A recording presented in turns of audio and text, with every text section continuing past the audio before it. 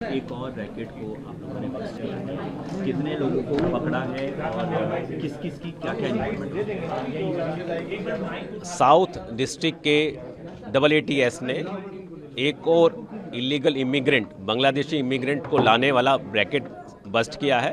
इससे पहले 2 racket bast किए गए थे। इस रैकेट में हमने अब तक 2 बांग्लादेशी और 2 इंडियन लोगों को गिरफ्तार किया है।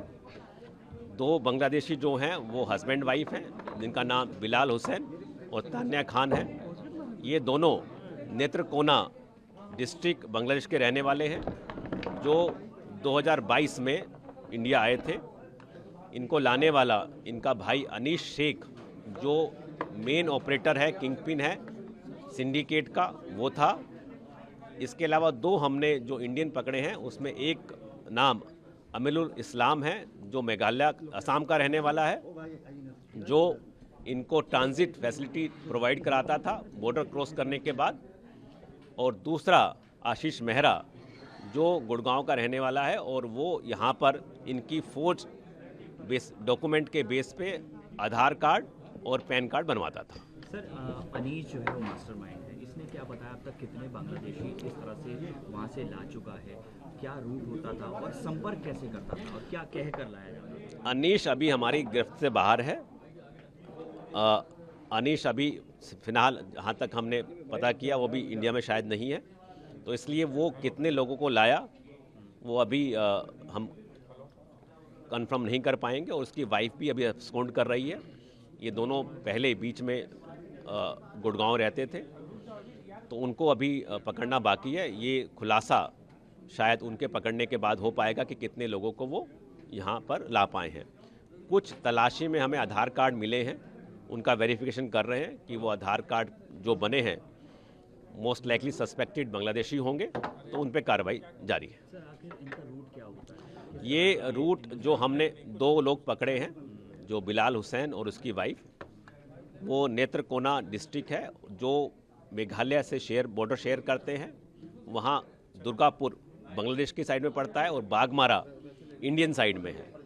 तो वो थ्रू दुर्गापुर और उसके बाद बागमारा जो चेक पोस्ट बॉर्डर है, वहाँ से जो डंकी रूट है, जहाँ रिवराइन और थोड़ा जंगल रूट है, जहाँ पर शायद इंडिया में आना पॉसिबल हो, तो वहाँ से वो आ जाते हैं। उसके बाद इंडियन काउंटर पार्ट जो अमीरुल इस्लाम है, वो फैसिलिटेट करता था उनको ले जाना, आगे रुकवाना और ट्रांसपोर्ट प्रोवाइड करवाना, इंक्लूडिंग रेलवे टिकट प्रोवाइड करना, वो उसका काम था। उसके बाद वो मेन सिटी, चाहे वो कलकत्ता हो या दिल्ली हो, वहाँ पर आते थे। कॉस्ट क्या सर लगभग आती है, किसको कितना पैसा दिया जाता कोस्ट है? के बारे में सर्टेनली नहीं कर पाएंगे, क्योंकि अलग अलग टाइम पर कितना, जो एक लमसम अमाउंट नहीं लिया जाता था, अलग अलग इंस्टॉलमेंट ली जाती थी, तो एक डेफिनेट अमाउंट कहना मुश्किल है। सर, इनके पास से जो डॉक्यूमेंट्स मिले हैं, आखिर उनका बेस क्या है, किस तरह से ये डॉक्यूमेंट्स बन जाते हैं? और इससे पहले भी हमने देखा कि एक फेक वेबसाइट्स के जरिए जो है डॉक्यूमेंट बनाया जाता है, उसके बारे में सर क्या है? पिछले रैकेट में हमने पाया कि 2 एक वेबसाइट चल रही थी, जो बिना किसी डॉक्यूमेंट्स के बर्थ सर्टिफिकेट और बाकी डॉक्यूमेंट्स बना देती थी। जब एक बार एक बेसिक डॉक्यूमेंट बन जाता है, तो उसके बेसिस पर आधार कार्ड या पैन कार्ड बनाना आसान हो जाता है। तो वो फेक डॉक्यूमेंट का सहारा लेके आधार और दूसरे डॉक्यूमेंट बनाते थे। सर, इनको पकड़ने के बाद क्या प्रोसेस रहता है? डिपोर्ट जो किया जाता है, वो क्या प्रोसेस रहता है? क्या बांग्लादेश की सीमा के अंदर तक छोड़ा जाता है या फिर FRO को जो है वो सौंपा जाता है? इसमें 2 हैं। एक तो जिसमें हमने इस केस में तो ह्यूमन ट्रैफिकिंग और 14 फॉरेन एक्ट लगा है, तो इसमें ये तो इंडियन कोर्ट में ट्रायल चलेगा। जो खाली हम डिटेन करते हैं, जिसमें उनको हम FRO के थ्रू डिपोर्ट करते हैं बांग्लादेश बाउंड्री के अंदर।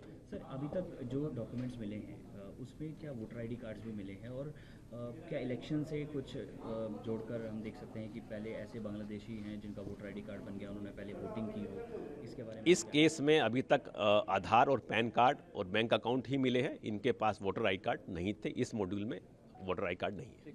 सर, एक इम्पॉर्टेंट सवाल ये है सर, बांग्लादेशी सेल भी है दिल्ली पुलिस में, वो किस तरह से काम करती है, उसको भी स्ट्रेंथन किया गया है? बांग्लादेशी सेल का मेन मैंडेट यही था कि अपना सर्वे करके, टेक्निकल और मैनुअल इंटेलिजेंस कलेक्ट करके अगर कोई इन्फॉर्मेशन आती है उसको डेवलप करना कि कहीं अगर कोई इलीगल इमिग्रेंट रह रहा है तो उस पर कार्रवाई कर सकते ये सर पूरी जो चल रही है कार्रवाई, ये ड्राइव चल रही है, आखिर कब तक चलेगी, क्या कितना समय का? ये ड्राइव कंटिन्यूस चलेगी ताकि हम ज़्यादा से ज़्यादा इन्फॉर्मेशन कलेक्ट कर पाएँ, हमारी इंटेलिजेंस और सख्त हो और जो भी हमारे नज़र में आते हैं, रिपोर्टेड होते हैं, उनको खिलाफ कानूनी कार्रवाई कर सके। और मैं आपके माध्यम से कहना चाहूँगा, अगर किसी को इस बारे में और सूचना देनी हो तो वो भी हमको गोपनीय सूचना दे सकता है। Thank you.